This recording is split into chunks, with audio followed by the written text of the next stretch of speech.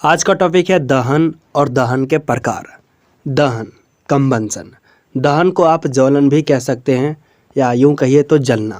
ठीक है।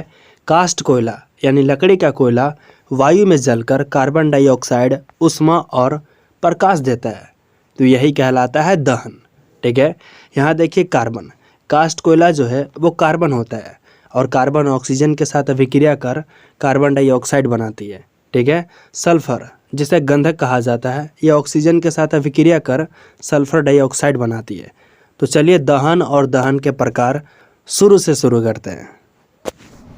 दहन, कंबंसन, वह रासायनिक प्रक्रम जिसमें पदार्थ ऑक्सीजन के साथ अभिक्रिया कर ऊष्मा तथा प्रकाश देती है, दहन कहलाता है। ठीक है। कोई भी पदार्थ है तो बिना ऑक्सीजन के नहीं जलेगा, ऑक्सीजन के साथ जलेगा, और कोई भी पदार्थ जलेगा तो भाई ऊष्मा और प्रकाश ये ज़रूर ही देगा। ठीक है। जिस पदार्थ का दहन होता है, जो पदार्थ मतलब जलता है, उसे दाह्य पदार्थ कहते हैं। ठीक है। और दाह्य पदार्थ को ईंधन भी कहते हैं। ठीक है। और ईंधन जो है ठोस, द्रव और गैस ये हो सकते हैं। दाह्य पदार्थ, जो पदार्थ जलकर ऊष्मा तथा प्रकाश देती है उसे दाह्य पदार्थ कहते हैं। लकड़ी, कागज़, मोमबत्ती, कोयला, पेट्रोल, डीजल आदि ये सब के सब जलकर ऊष्मा तथा प्रकाश देती है, या यूं कहिए तो जो पदार्थ जलते हैं उनको क्या कहेंगे? दाह्य पदार्थ। अदाह्य पदार्थ, जो पदार्थ जलते ही नहीं हैं उन्हें हम क्या बोलेंगे? अदाह्य पदार्थ। कांच, मिट्टी, पत्थर, लोहा ये सब के सब जलते नहीं हैं, इसलिए इनको हम क्या बोलेंगे? अदाह्य पदार्थ। याद रखिएगा, किसी भी चीज़ को दहन के लिए, किसी भी चीज़ को जलने के लिए ऑक्सीजन बहुत ज़रूरी है।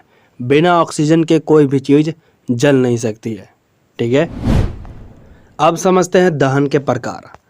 तीव्र दहन, रैपिड कंबंसन, जो पदार्थ तुरंत ही आग पकड़कर ऊष्मा तथा प्रकाश देती है, तीव्र दहन कहलाती है। डीजल, पेट्रोल, किरोसिन तेल, एलपीजी, सीएनजी ये बहुत ही जल्द आग पकड़ लेते हैं। इस तरह का दहन क्या कहलाएगा? तीव्र दहन। स्वतः दहन, स्पॉन्टेनियस कंबंसन। स्वतः दहन का मतलब ये है कि ऑटोमेटिक, खुद से ही दहन हो जाना। तो यहाँ पर साफ साफ लिखा हुआ है, कुछ पदार्थ ऐसे होते हैं जो खुद से जलने लगते हैं, उसे जलाने की ज़रूरत नहीं होती है। ऐसे पदार्थ का दहन स्वतः दहन कहलाता है। जैसे में फास्फोरस, फास्फोरस जो है वायु के संपर्क में जैसे ही आता है ये आग पकड़ लेता है, इसलिए इसको क्या किया जाता है? पानी के अंदर रखा जाता है। ठीक है। अंतिम प्रकार है विस्फोट, एक्सप्लोजन। कुछ पदार्थ अचानक से गर्मी, प्रकाश और आवाज़ उत्पन्न करते हैं, इसे विस्फोट कहा जाता है। बम का नाम तो आपने सुना ही होगा। बम फोड़ते हैं तो उसमें से अचानक से गर्मी उत्पन्न होता है, प्रकाश उत्पन्न होता है और आवाज़ उत्पन्न होता है, तो यही क्या कहलाएगा? विस्फोट कहलाएगा। ठीक है।